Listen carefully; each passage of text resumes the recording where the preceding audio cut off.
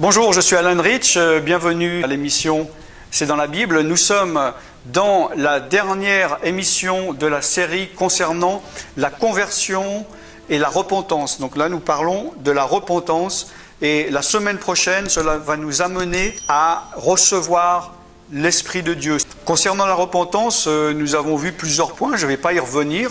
Nous voyons que la repentance est une chose très importante et qui a été en fait le premier message du Nouveau Testament. On voit par exemple dans Luc 3.3, Jean-Baptiste qui est dit, il alla dans tout le pays des environs du Jourdain, prêchant quoi? Le baptême de repentance pour la rémission des péchés. Donc nous voyons que le baptême que Jean faisait était le baptême, évidemment on dit, et c'est le cas, qu'il s'agit du baptême d'eau. Il plongeait les corps dans l'eau, mais ce n'est pas cet acte extérieur qui purifie l'âme ou l'esprit. C'est symbolique, c'est un acte que nous devons faire pour obéir, car c'est ce que Jésus nous a demandé de faire. Mais là, on parle souvent du baptême d'eau. Si on dit, est-ce que tu as été baptisé? On va dire, tu parles de quoi? Du baptême d'eau ou du baptême du Saint-Esprit? C'est un peu les deux seuls baptêmes, ou les termes qu'on utilise ou qu'on connaît. Et là, nous voyons qu'il est dit qu'il prêchait pas le baptême d'eau, mais le baptême de repentance. Et ceux qui se repentaient se faisaient baptiser d'eau. Donc il y avait d'abord le principe de repentance. Maintenant, malheureusement, dans l'Église moderne de la fin des temps, nous sommes un peu dans la conversion superficielle de faire des chrétiens à la chaîne. Et on va vite te dire, maintenant tu es membre, ok, il faut que tu fasses baptiser, c'est quoi? Que tu ailles dans l'eau pour être d'accord de suivre Jésus. Ah bon, d'accord, je vais le faire alors. C'est le baptême de repentance. S'il n'y a pas de repentance profonde, à quoi sert de plonger son corps dans l'eau?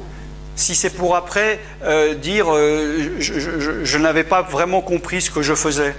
Et ce baptême de repentance, il est là pourquoi? Pour la rémission des péchés, pour le pardon des péchés. Donc, pour être pardonné d'un péché, il faut se repentir. Comme je l'ai dit les semaines précédentes, ce n'est pas seulement valable pour un non-chrétien qui vient à Jésus, mais pour un chrétien qui a péché, qui s'est éloigné. Pour être pardonné et justifié de son péché, il faut se repentir. Et il faut suivre les 4 étapes que j'ai parlé les semaines précédentes. Donc il y a eu Jean-Baptiste qui a prêché le baptême de repentance. Et une chose très intéressante, vraiment le jour où un jour l'Esprit de Dieu m'a montré ça, ça paraît tellement évident, mais j'ai peut-être vu ça 30 ans après ma conversion. Ça m'a frappé, comme souvent les choses avec l'Esprit de Dieu dans la Bible, il y a des choses qui sont là sous notre nez et qu'on ne fait pas attention. Dans Matthieu 4,17, nous voyons Jésus, après son baptême d'eau, évidemment, lui, il n'a pas besoin de se repentir vu qu'il n'a pas péché. Même Jean a dit, mais toi, mais c'est moi qui devrais me faire baptiser. Et Jésus, il n'a pas dit, oui, mais moi je dois me repentir ou j'ai des péchés, mais il a dit, il faut le faire pour le faire, pour respecter les choses. À partir de là, quand Jésus a été baptisé d'eau et que l'Esprit de Dieu est venu sur lui, comme une colombe, Jésus commença à prêcher et à dire quoi? Venez, le royaume de Dieu est arrivé? Non. Quel est le premier mot de Jésus-Christ dans la première alliance? Dans le premier livre de la première alliance? Repentez-vous, car le royaume des cieux est proche. C'est le premier mot que nous voyons dire dans le Nouveau Testament de Jésus. Il part et il dit repentez-vous. C'est là où nous voyons l'importance de la repentance qui est tellement négligé actuellement dans l'Église moderne. Et il a dit aussi Jésus dans Luc 15, verset 7, « Il y aura plus de joie dans le ciel pour un seul pécheur qui se repent que pour 99 justes qui n'ont pas besoin de repentance. » Si tu crois que tu es juste, tu n'as pas besoin de repentance. Mais si tu crois que tu es juste, il faudrait peut-être venir humblement devant Dieu et demander à Dieu si tu n'as pas besoin de révélation sur toi-même ou sur ta condition. Nous voyons aussi les disciples, dans Marc 6, 12, ils partirent et prêchèrent quoi? La repentance. On dit souvent, on fait abstraction de ce mot, mais là nous voyons Jean-Baptiste, Jésus-Christ, les disciples qui prêchaient le baptême de repentance ou qui prêchaient la repentance. C'est une chose donc très importante et c'est la base C'est repentez-vous. C'est le début, c'est le commencement. S'il n'y a pas de repentance, il n'y a pas de pardon, il n'y a pas de guérison, il n'y a pas de délivrance, il n'y a pas de salut, il n'y a pas de justification, il n'y a pas de purification comme nous le voyons dans 1 Jean chapitre 1 verset 9 que j'ai souvent mentionné dans cette série.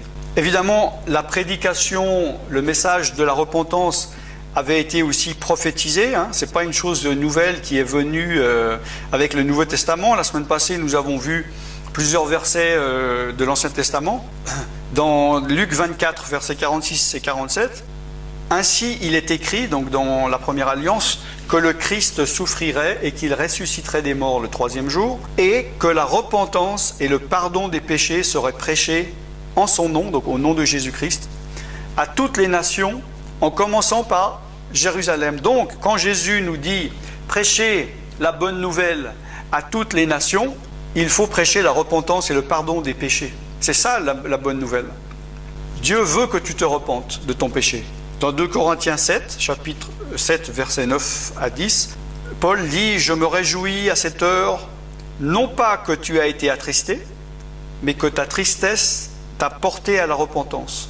Car tu as été attristé selon Dieu, afin de ne recevoir de notre part aucun dommage. En effet, la tristesse selon Dieu produit une repentance à salut, dont on ne se repent jamais, tandis que la tristesse du monde produit la mort. » On ne doit pas se dire « oui, mais j'ai pas envie d'être triste, j'ai pas envie de passer par des mauvais moments. » Si tu es malade, tu dois aller voir le médecin, et le médecin il risque de faire quelque chose qui fait un peu mal, mais c'est pour ton bien, c'est pour te guérir.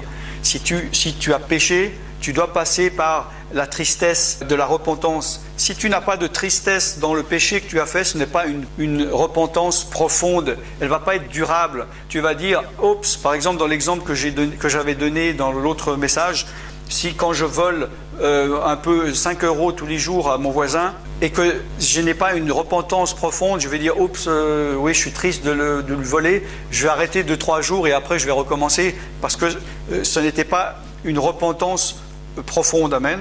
Dans 2 Timothée 2, versets 25 et 26, donc il parle de l'homme de Dieu qui doit redresser avec douceur les adversaires, dans l'espérance que Dieu leur donnera la repentance pour arriver à la connaissance de la vérité et que, revenus à leur bon sens, ils se dégageront des pièges du diable qui s'est emparé d'eux pour les soumettre à sa volonté. Donc là, nous voyons que par la repentance qui est donnée par Dieu, il est dit là, que Dieu donne la repentance, c'est une prière que tu peux faire, de dire, écoute, moi j'ai le cœur tellement dur, j'arrive pas à me repentir ou j'ai pas envie de me repentir, aide-moi de moi-même, sauve-moi de moi-même, de mon cœur dur et froid et comme de la pierre et sèche comme du sable, fais-moi la grâce de la repentance.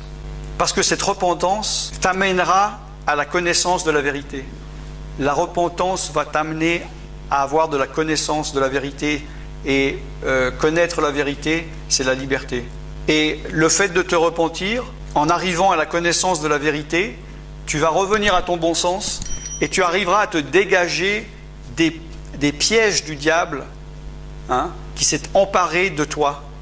Parce que le diable, il t'a attrapé pour te soumettre à sa volonté et tu es dans des pièges, tu es englué dans des péchés et tu n'arrives pas à t'en dégager. Pour t'en dégager, tu dois commencer par la repentance pour arriver à la connaissance, pour savoir comment arriver à te dégager de ce piège du diable et ne plus faire la volonté du diable, mais commencer à faire la volonté de Dieu. Amen.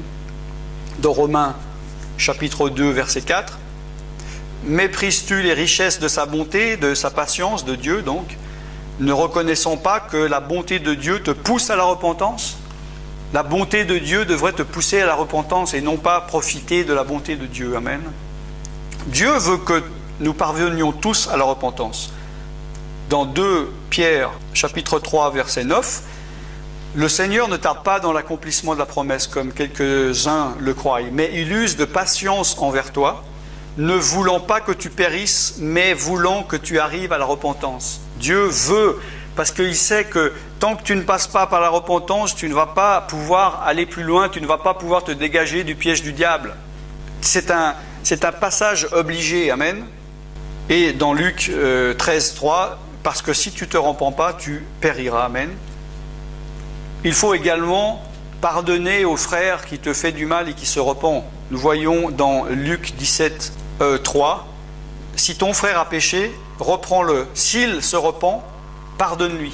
C'est très important de pardonner, de savoir pardonner. On mélange souvent un péché, que dans l'exemple par exemple où il est dit oui, ôte le mal de toi, et dès qu'une personne fait une erreur, le pasteur va mettre la personne en dehors de l'église. Mais là c'est dans le cas, il est clair, de personnes qui pêchent exprès, qui n'ont aucune intention de changer et qui peuvent être une mauvaise influence pour les autres. Mais si une personne a fait un péché et qu'il se repent, qu'il demande pardon, la Bible nous demande, s'il se repent, de le pardonner.